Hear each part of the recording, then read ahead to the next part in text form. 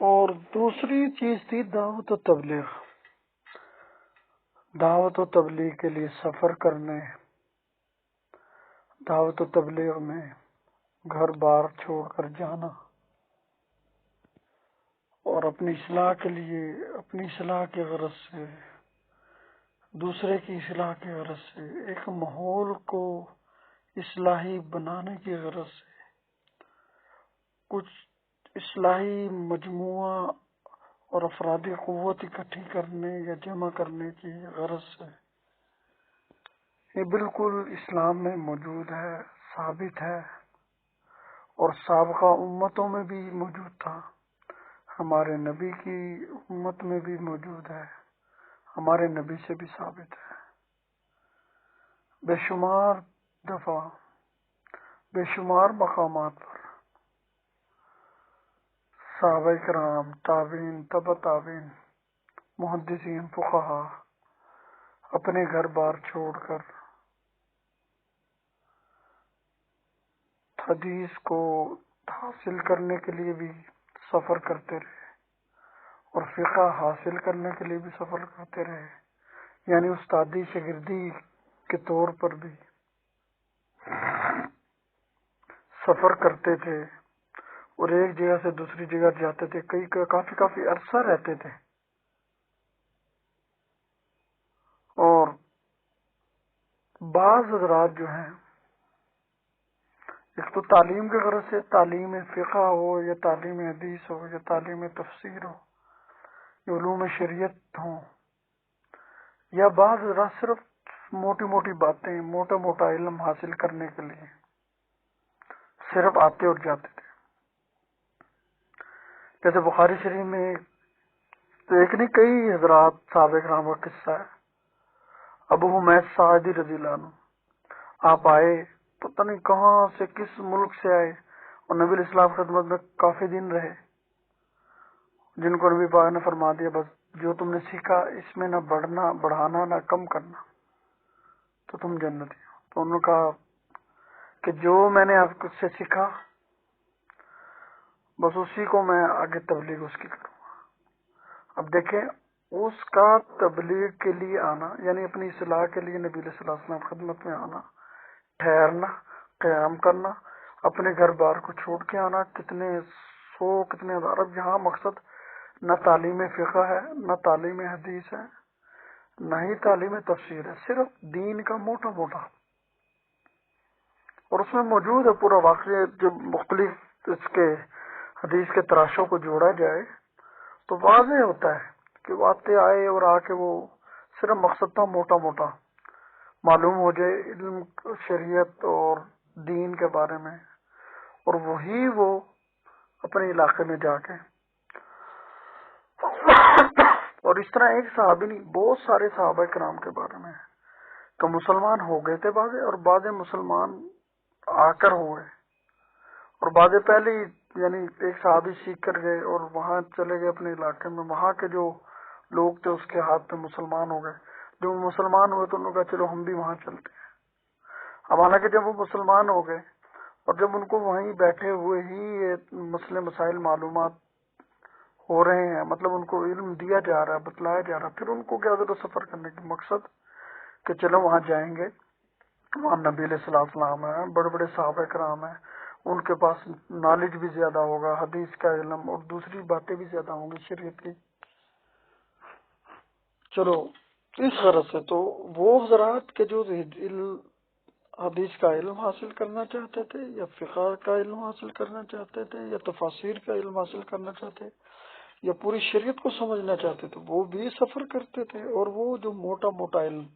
موٹی موٹی باتیں، اہم اہم چیزیں سیکھنا چاہتے تھے، وہ بھی آتے تھے. اور باقاعدہ مکے میں اور مدینے میں ان کے رہائش کے لیے، ان کے رہنے کے لیے باقاعدہ جگہ موجود تھی، اور صحابہ کرام کو باقاعدہ کہا جاتا تھا کہ آپ ان کو ٹھہراؤ، ان کو رکھو، ان کے لیے ان کی پوری مہمان نوازی کی جاتی تھی. اور پھر اسی طرح ہی حضرت ابوبکر صدیق کے زمانے میں بھی یہ سلسلہ جاری رہا، حضرت عمر کے زمانے میں بھی، حضرت عثمان کے زمانے میں بھی، کہ جماعتی صورت میں بھی آتے تھے جیسے حضرت عبادہ کے بارے میں نے بتایا، وہ بیعت اصلاح کے لیے آئے اور وہ کافی عرصہ نبی پاک کے پاس پھر رہے، پھر چلے گئے، پھر وہ مختلف علاقوں کے لوگ آتے تھے، پھر اسی طرح حضرت ابوبکر صدیق کے پاس بھی آتے تھے، حضرت عمر، حضرت عثمان، حضرت علی کے پاس بھی آتے تھے، اور یہ بھی جاتے تھے اور لوگوں کے لیے، لوگوں کے فیصلے کرنے کے لیے آپ نے قاضی اور گورنر بھی بنا کے صحابہ کرام کو بھیجا، اور مبلغ بنا کر بھی بھیجا، اور حدیث کا علم حدیث کا علم دینے کے لیے، فقہ کا علم دینے کے لیے بھی بھیجا، اور موٹے موٹا علم بھی، کہ اگر کوئی سارے مقاصد بیچ میں تھے، کہ یہ ایسا نہیں ہوا کہ ہر صحابی نے جا کے مدرسہ ہی کھولا، یا ہر صحابی نے جا کے خانقاہ ہی کھولی، یا ہر صحابی نے جا کے دارالحدیث ہی کھولا، ایسا نہیں ہے۔ سارے صحابہ کرام کوئی تاجروں کی صورت میں بھی گئے، کوئی جہاد کی صورت میں بھی گئے، کوئی مدرسہ کھولنے کے لیے بھی گئے، کوئی دارالحدیث کھولنے بھی گئے تھے، کسی نے خانقاہ بھی جا کے بنائی، اور کسی نے جا کے صرف موٹا موٹا علم، موٹا موٹا علم، چیتا چیتا اسلامی معلومات حاصل کرنے کے لیے سفر بھی کیے گئے، اور ملاقاتیں بھی کی گئیں، اور جماعتی صورت میں بھی گئے، اور جماعتی صورت میں آئے بھی۔ تو بس یہ کہ پہلے اتنا، چونکہ شریعت شروع اسلام تک تو کوئی بھی صورت، کوئی بھی چیز اتنی منظم نہیں تھی، نماز کے علاوہ کوئی چیز بھی منظم شروع اسلام میں نہیں تھی۔ جیسے آج کل نماز کی اذان ہوتی تھی، جماعت ہوتی تھی، پورا اس کا حساب کتاب تھا، لیکن اس کے علاوہ روزہ اپنا اپنا تھا، کوئی نہیں جی سائرن بجے گا، ایسا کوئی سلسلہ نہیں تھا۔ نماز کے لیے تو تھے سلسلے، پوری ترتیب، پورا اہتمام تھا، لیکن روزے، نماز، حج کے لیے اس طرح نہیں تھا جس طرح آج کل ہے۔ اس طرح خانقاہوں کے لیے، مدارس کے لیے، تبلیغی اسفار کے لیے اس طرح اہتمام، ترتیب، تنظیم نہیں تھی۔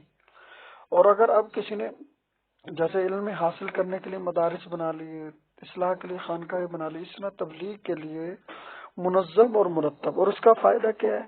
جیسے پہلے قرآن شریف لگا تھا، اس کو یکجا کی آسانی کے لیے، حفاظت کے لیے۔ اسی طرح اگر کسی نے نظم بنا لیا، ترتیب بنا لی، فکر کو جماعتی صورت میں بنا لیا، اس سے کیا ہے، لوگوں کو آسانی ہے۔ پہلے دعوتی سفر کرنے، تبلیغی سفر کرنے، تعلیمی سفر کرنے بہت مشکل تھے، بہت مشکل تھے۔ مدارس قریب قریب نہیں، اب تو ہر جگہ، ہر گلی محلے مدرسے، خانقاہیں ہیں، تبلیغی مراکز ہیں، تبلیغی حضرات ہیں، مساجد میں، مدارس میں، گھروں میں۔ پہلے تو ہزاروں کلومیٹر کے سفر پہ ایک ایک حدیث حاصل ہوتی تھی، اب تو ہر گلی محلے میں ہزاروں حدیثوں کا ذخیرہ موجود ہے، علماء موجود ہیں، مفتیان موجود ہیں، اور ہر فکر کے لوگ موجود ہیں۔ تو یہ آسانی کے لیے کیا گیا ہے، ایسا نہیں۔ اور اگر کسی دینی کام کی آسانی کے لیے اگر کتاب چھاپ دی گئی، پہلے تو کتابیں چھاپنے کا رواج نہیں تھا، اگر اب کتابیں چھاپ دی جاتی ہیں تو یہ کوئی بری بات تو نہیں، آسانی ہے نا۔ پہلے قرآن نہیں چھاپا جاتا تھا، پہلے قرآن کوئی کسی چمڑے کے حصے پہ، کوئی کسی پتھر پہ، کوئی کہیں کوئی کہیں۔ اگر قرآن جمع کر لیا گیا، حدیث جمع کر لی گئی، اگر کتابیں اسلامی لکھ دی گئیں آسانی کے لیے، لوگوں کی تعلیم کے لیے، لوگوں کی ترغیب کے لیے، لوگوں کی فائدے کے لیے، تو یہ بری بات نہیں، اچھی بات ہے۔ جتنی آسانی اسلام میں کی جائے، بلکہ حکم ہے، نبی علیہ الصلوۃ والسلام نے جب حضرت معاذ کو گورنر بنا کے بھیجا، آپ نے کرم فرمایا وہاں جا کے لوگوں کو متنفر نہیں کرنا، بلکہ خوشخبریاں سنانی ہے، لوگوں کو پہ تنگی نہیں کرنی، بلکہ آسانی پیدا کرنی ہے۔ تو اسلام کا حکم ہے آسانی پیدا کرنا، اسلام کا حکم ہے، اسلام نفرت نہ پلاؤ، خوشخبریاں بانٹو، جوڑ کرو، توڑ نہ کرو، تفرقے بازی نہ پلاؤ، اتفاق اتحاد کا درس دو۔ اسی طرح آسانی پیدا کرو، مشکلات نہ پیدا کرو، مشکلیں نہ بتاؤ۔ اور اگر اسلام کی خاطر، اسلام کے لیے اگر کوئی آسانی پیدا کرتا ہے، ترتیب بناتا ہے، یہ کوئی بری بات نہیں، بلکہ عین منشا الہی اور عین منشا نبوی ہے، اور یہی آج کل موجود ہے اور صحیح ہے۔